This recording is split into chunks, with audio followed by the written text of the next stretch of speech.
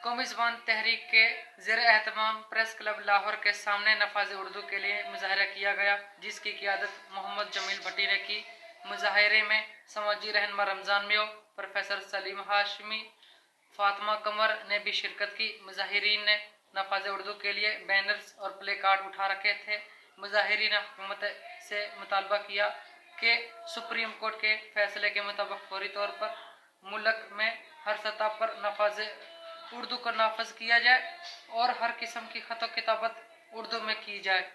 जब तक उर्दू को हर सतह पर नाफज नहीं किया जाता तो क़याम पाकिस्तान की तकमील मुकम्मल नहीं होती। क़याम पाकिस्तान की तकमील के लिए उर्दू को फौरी तौर पर नाफज किया जाए।